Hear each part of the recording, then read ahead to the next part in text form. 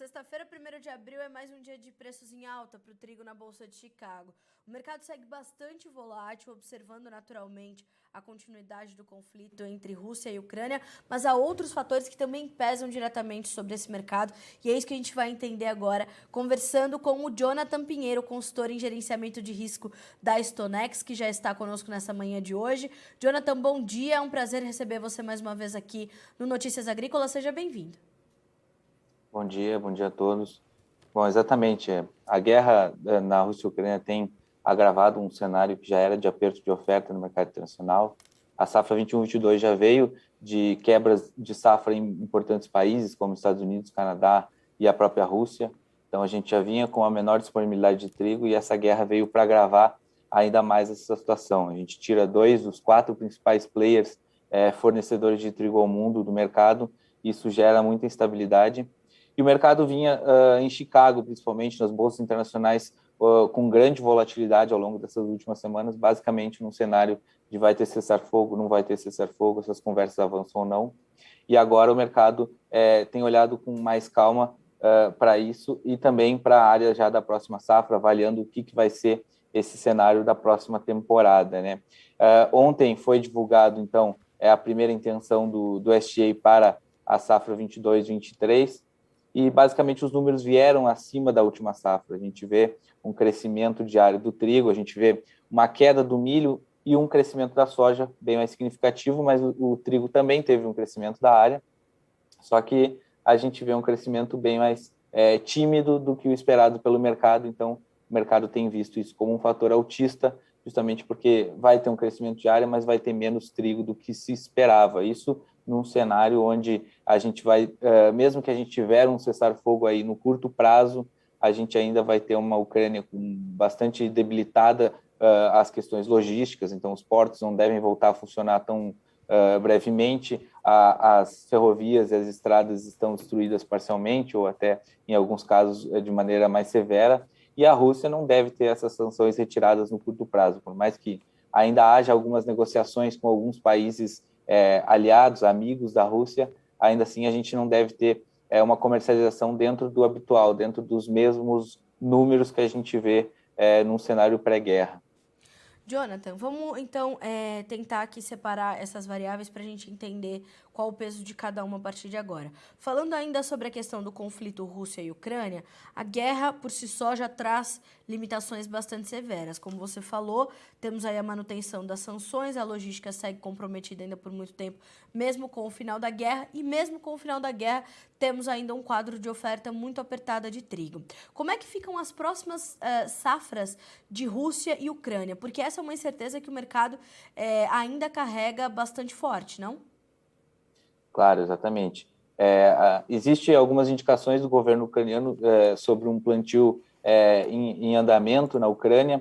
A gente não tem como ter certeza de como isso vai ocorrer. Há notícias dizendo que o plantio tem ocorrido até mesmo em ritmos mais acelerados do que ano passado, mas não necessariamente para trigo, né? Eu acho que o foco hoje que a gente tem visto, que a gente tem enxergado, seria muito mais do milho, até mesmo na Ucrânia.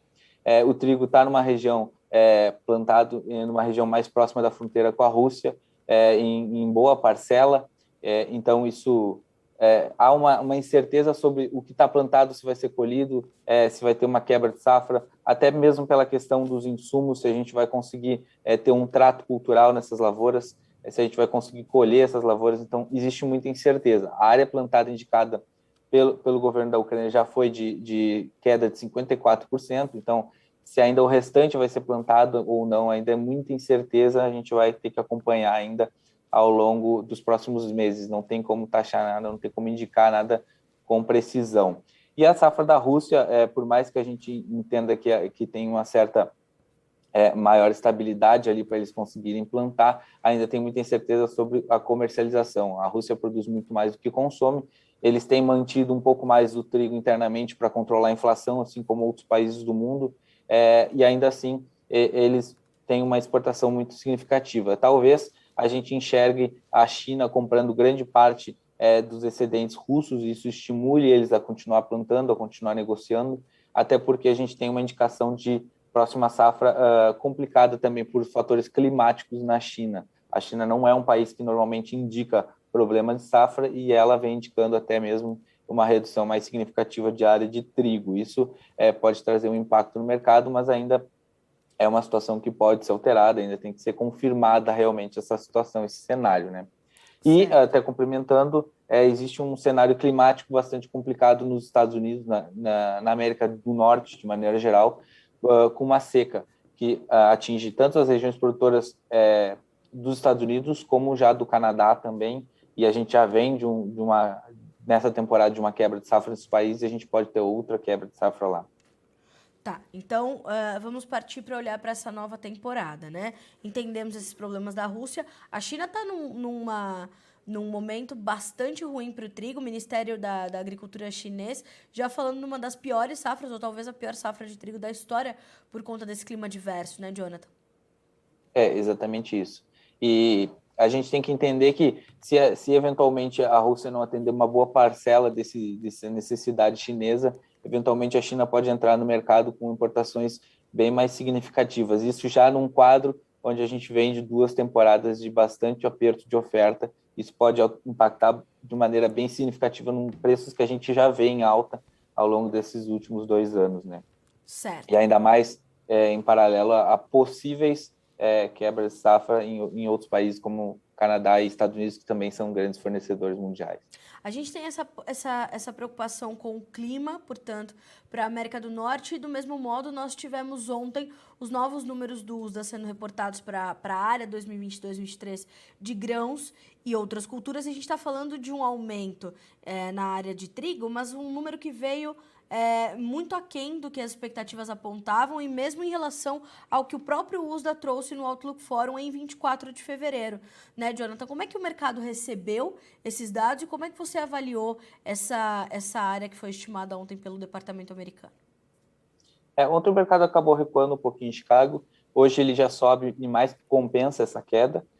Então, de maneira geral, apesar do crescimento dessa área, o mercado tem visto isso como um fator altista, justamente porque a gente deve ter uma área plantada superior à temporada atual, a temporada 21-22, contudo, uma oferta de trigo bem aquém do que se espera, até mesmo pelas questões de preço. Hoje a gente tem estímulos para o produtor de trigo, mas ainda assim o produtor norte-americano tem visto a soja como uma rentabilidade maior e preferiu um incremento maior dessa cultura. Tá. A gente pode ver uma mudança nesses números, Jonathan, ao decorrer aí dessas próximas semanas, ao decorrer das situações, porque a gente sabe que também os produtores americanos, diferente ou não diferente do que os outros produtores no mundo estão sofrendo, há uma dificuldade ali com o acesso aos insumos, aos fertilizantes principalmente. Há alguma mudança que você espera ainda ver de ajuste nessa área dedicada ao trigo na safra 22-23 dos Estados Unidos? Isso é um fator decisivo também, principalmente para as produtividades. A Rússia até chegou a indicar a possibilidade de aumentar as exportações de fertilizantes, eventualmente até por questões financeiras, mas ainda assim a gente não tem nenhuma certeza sobre isso, é um cenário aberto também. Mas o crescimento de área ele pode ocorrer, e aí as produtividades eventualmente vão cair se não tiver devidamente os insumos necessários para a colheita. Mas ainda assim a gente pode ter um crescimento de área e até das produções em alguns países. Aqui no Brasil, a gente já vê também umas indicações de redução de área de trigo, segundo o DERA ontem. Aqui na Stonex a gente não acredita nesse número, a gente vê um cenário de crescimento de área para a próxima safra, tanto para Paraná quanto para Rio Grande do Sul, um cenário geral de alta. E a Argentina também é um país fornecedor de trigo ao mundo, que pode ter um crescimento da sua produção. Claro que tem políticas no país da Argentina que podem trazer eventuais desestímulos à produção, com o crescimento de retenções que já tem se falado, principalmente pela busca do controle da inflação no país, mas ainda assim a gente vê um estímulo muito grande para esse crescimento de área de maneira geral em diversos países, né? Como é que tudo isso está chegando ao mercado brasileiro, Jonathan? Porque nós temos visto aí preços elevados aqui para nós também, um momento diferente do que nós observávamos nos últimos anos, né? O Brasil também está se mostrando como uma alternativa de fornecedor para o mundo nesse momento onde a gente tem uma logística comprometida e uma disrupção considerável, né? Ali a gente está falando de Rússia e Ucrânia, que são dois importantíssimos players nesse mercado. O Brasil aparece como uma alternativa de fornecimento também. Como é que a gente está se encaixando nesse contexto? Sim, exatamente. Com a retirada de Rússia e Ucrânia do mercado, diversos países vão ter que buscar, mesmo que parcialmente, tentar compensar essa retirada de oferta do mundo. O Brasil é um deles, e hoje no mercado internacional a gente vê, e hoje no mercado brasileiro a gente vê uma mudança em relação ao mercado internacional, né? A gente vê o crescimento das exportações brasileiras como nunca visto antes. Hoje a gente já exportou cerca de 2,8 milhões de toneladas, e as estimativas até o final desse ano comercial já chegam a bater os 3 milhões de toneladas. Hoje, a valorização do real, ela tem desestimulado um pouco as exportações. O mercado brasileiro voltou a ficar um pouco mais caro em relação aos seus competidores no mercado internacional para a exportação. E, basicamente, a comercialização interna no país tem ficado com vendedores bem retraídos. Então, as pedidas dos vendedores têm olhado bastante para as paridades de importação. Em algumas praças, a gente enxerga esses vendedores bem retraídos, com pedidos até mesmo acima dessas paridades de importação, preferindo que o comprador nacional busque esse trigo no mercado externo e deixe para comprar no mercado interno, justamente quando a gente vai ter uma maior escassez de oferta ali pelo fechamento dessa safra, né, ali pelo meio do ano, mais no início do segundo semestre, quase entrando a safra, no momento onde a gente vai ter uma menor disponibilidade desse trigo, e a tendência natural, a sazonalidade natural é de que os preços subam. Então, o comprador, ele basicamente trabalha muito próximo das paridades de exportação, onde ou o vendedor vende para o mercado internacional, ou o comprador doméstico tem que pagar esse mesmo valor, enquanto o vendedor segue firme, olhando para as paridades de importação. Então, nesse cenário, a gente enxerga assim que o mercado brasileiro ele deve ter, pelo menos para o próximo ano, ainda assim, trabalhando muito mais próximo do cenário internacional, olhando muito mais para a competitividade, até mesmo para exportações, e com eventual safra maior no país, podendo até mesmo superar esses valores de exportação que a gente tem visto nessa temporada atual. A gente está prestes a começar uma nova safra, né, Jonathan? Como é que você está avaliando essa próxima safra do Brasil? A gente deve ter um aumento de área, a gente deve ter um aumento de investimento por parte do produtor diante desse quadro que está se desenhando agora, né? Como é que o produtor brasileiro de trigo está se preparando para a sua nova temporada e fazendo os seus planejamentos? Não diferente do restante do mundo, o produtor doméstico aqui no Brasil, ele tem olhado para o trigo como uma possibilidade de incremento de área. Aqui na Stonex, a nossa indicação é de um crescimento de área bem significativo nessas primeiras intenções que a gente tem trabalhado. Então, a gente acredita, sim, num crescimento aí superando até mesmo 20% eventualmente de área. Então, são números que vão ter que ser trabalhados ainda. A gente tem que entender que, assim como outros países, a gente tem a questão dos fertilizantes como ponto-chave. Apesar de um crescimento de área, eventualmente o produtor que olhar para o fertilizante com certo receio e preferir segurar eventualmente esse fertilizante para a próxima safra de verão, isso pode aumentar, ter o resultado de um crescimento da área, mas não necessariamente da produção. Então, isso é algo que a gente vai ter que ver ao longo dos próximos meses ainda, vai ter que conferir, mas sim, a gente acredita que o produtor nacional tem estímulos para crescer significativamente a área. Algumas indicações são de que o milho, com maior rentabilidade ao produtor, pode roubar um pouco mais de área, principalmente no Paraná, e isso não tem um crescimento tão grande, mas aqui na Estônia a gente acredita sim que o trigo vai ter um crescimento de área, tanto no Paraná como no Rio Grande do Sul, que são os dois principais produtores nacionais. Essa baixa do dólar frente ao real te preocupa de alguma forma, Jonathan, nesse andamento aí, tanto da formação dos preços quanto na decisão dos produtores? Na verdade, essa valorização do real frente ao dólar hoje, ela diminui, ela desestimula um pouco as exportações, e isso num cenário onde o mercado doméstico tem uma oferta bastante apertada, né?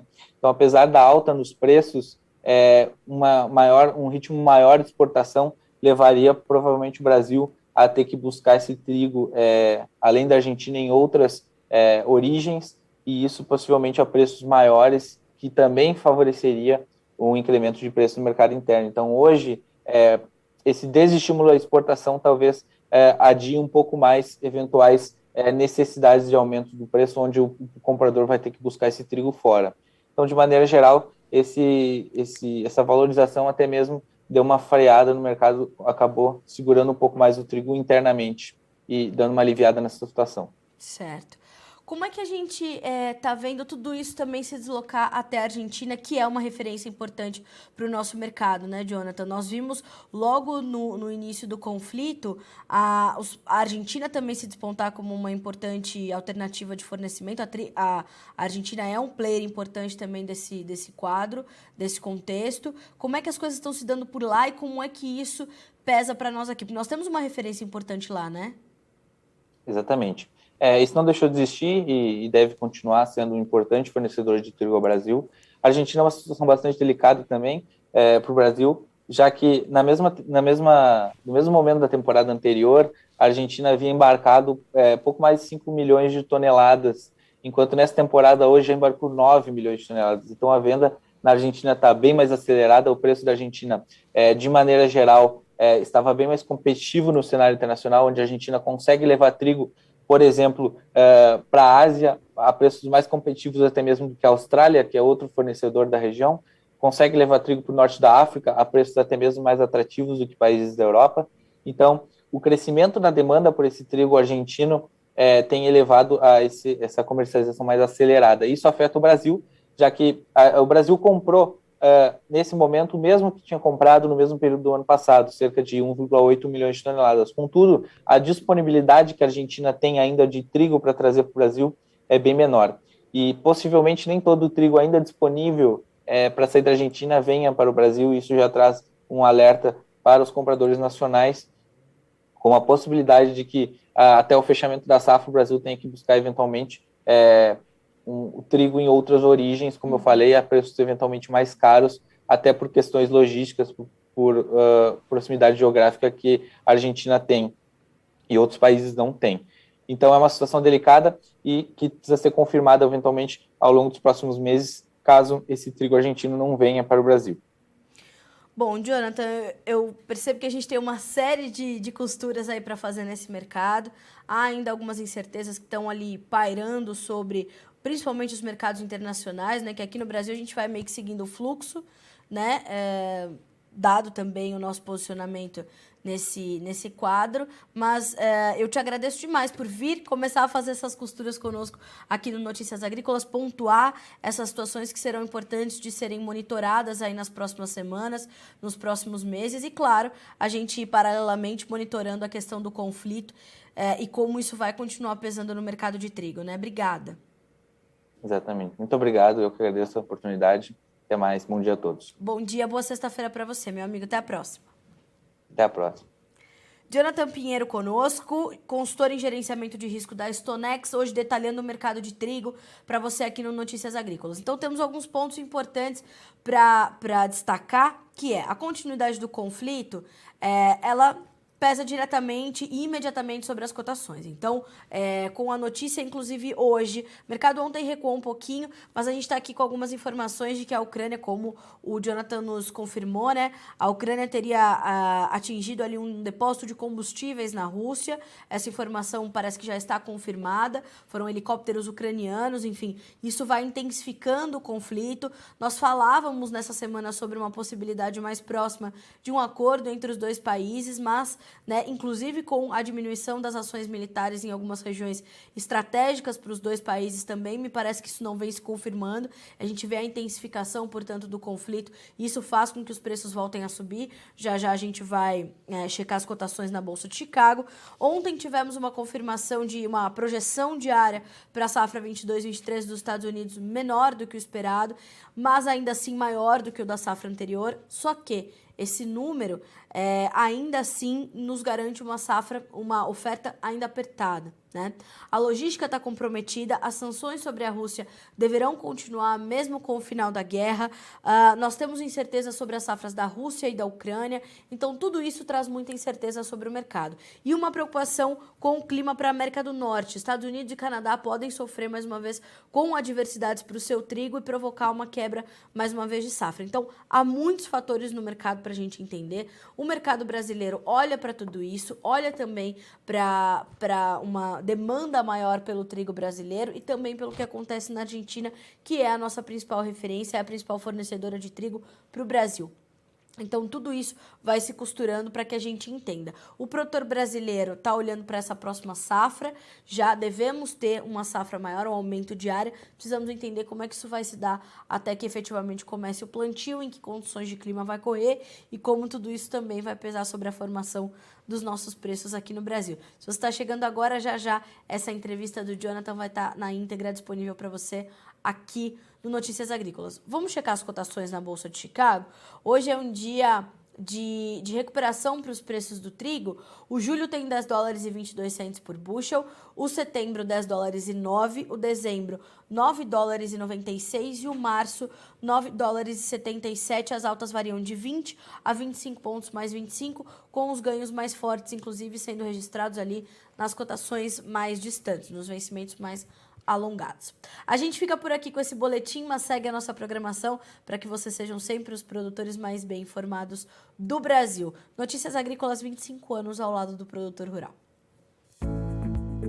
Participe das nossas mídias sociais no Facebook Notícias Agrícolas, no Instagram @Notícias Agrícolas e em nosso Twitter @Notiagre.